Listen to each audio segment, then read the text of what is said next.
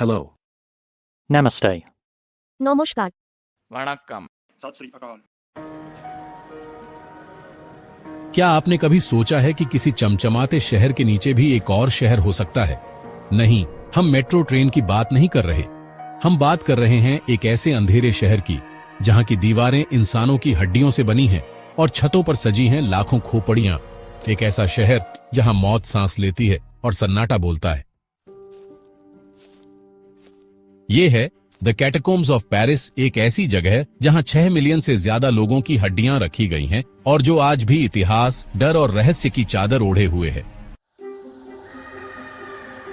और इस रहस्यमयी यात्रा में आपका साथ देगा आरव। कौन है आरव? आरव एक भारतीय ट्रैवल ब्लॉगर है, पर वो बाकी ब्लॉगरों जैसा नहीं जो कैफे, शॉपिंग और सनसेट्स की रील बनाते हैं। उसे खिंचाव है उन जगहों की ओर जो कहानियां खुद में दबाकर बैठी हैं, जो डराती हैं लेकिन सिखाती भी हैं। जब लोग पेरिस जाते हैं तो उनके इंस्टाग्राम पर दिखते हैं एफिल टॉवर के पोज, क्रोइसां खाती तस्वीरें, लूव्र म्यूजियम के मजे। लेकिन आरव की मंजिल थी पेरिस का अंधकारमय पेटा। और कहानी शुरू होती है 18वीं सदी से। उस वक्त पेरिस एक खूबसूरत शहर था, लेकिन अंदर ही अंदर एक सड़ांध उसे खा रही थी।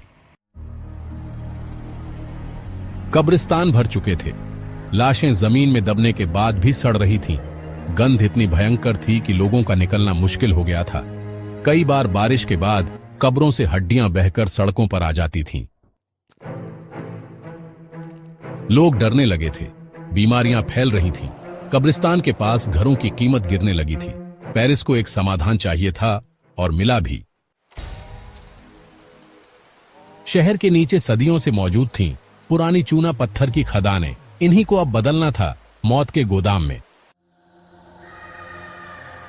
एक अनोखा ऑपरेशन। 1785 में फ्रांस की सरकार ने एक ऐतिहासिक फैसला लिया, इन लाशों को इन सुरंगों में ले जाया जाएगा। यह काम 1-2 हफ्तों का नहीं था।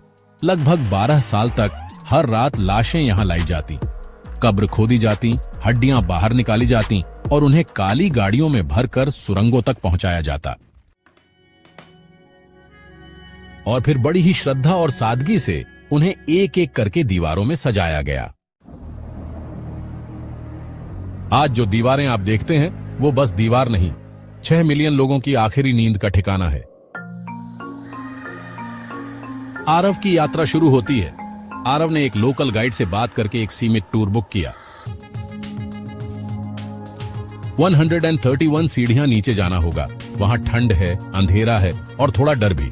लेकिन चिंता मत करो, अब तक कोई खोया नहीं है। अभी तक शब्द ने ही आरव के दिल की धड़कन बढ़ा दी। नीचे उतरते ही उसे महसूस हुआ कि वो अब पेरिस में नहीं बल्कि किसी और ही दुनिया में आ गया है। दीवारें जो चीखती नहीं लेकिन बोलती हैं। चारों तरफ अजीब सा सन्नाटा, कोई खिड़की नहीं, कोई दरवाजा नहीं, बस सुरंगें और सुरंगों में हड्डियां, खोपड़ियां, टिबिया, पसलियां, जैसे किसी कलाकार ने उन्हें सजाया हो। आरव सोचने लगा, क्या इन सब की भी कहानियां थीं? कोई पिता रहा होगा, कोई मां, कोई बच्चा, अब सब एक दीवार में गुम। और तभी उसकी नजर पड़ी उस वाक्य पर, अरेट c'est ici l'empire de la mort, रुको, ये मौत का साम्राज्य है। वो एक पल के लिए चुप हो गया। उसने महसूस किया, यहां सिर्फ हड्डियां नहीं हैं, यहां आत्माएं भी हैं। कैटाकॉम्स में क्या क्या है? आरव को बताया गया कि ये सुरंगें लगभग 200 मील लंबी हैं, लेकिन आम जनता को सिर्फ 1.5 मील का हिस्सा ही दिखाया जाता है।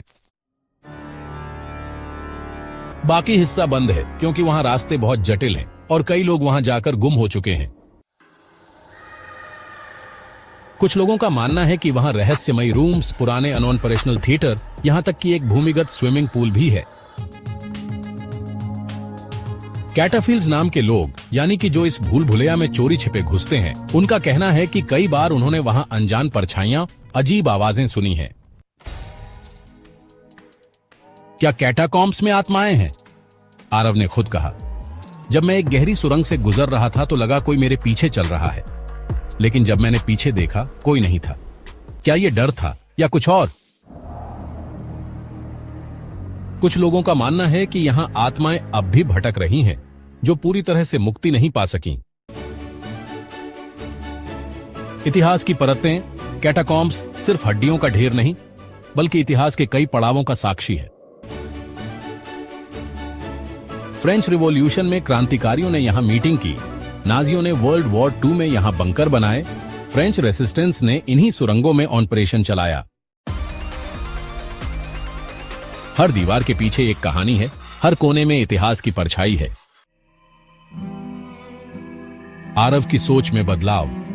जब आरव ऊपर लौटा तो वो वही इंसान नहीं था जो नीचे गया था।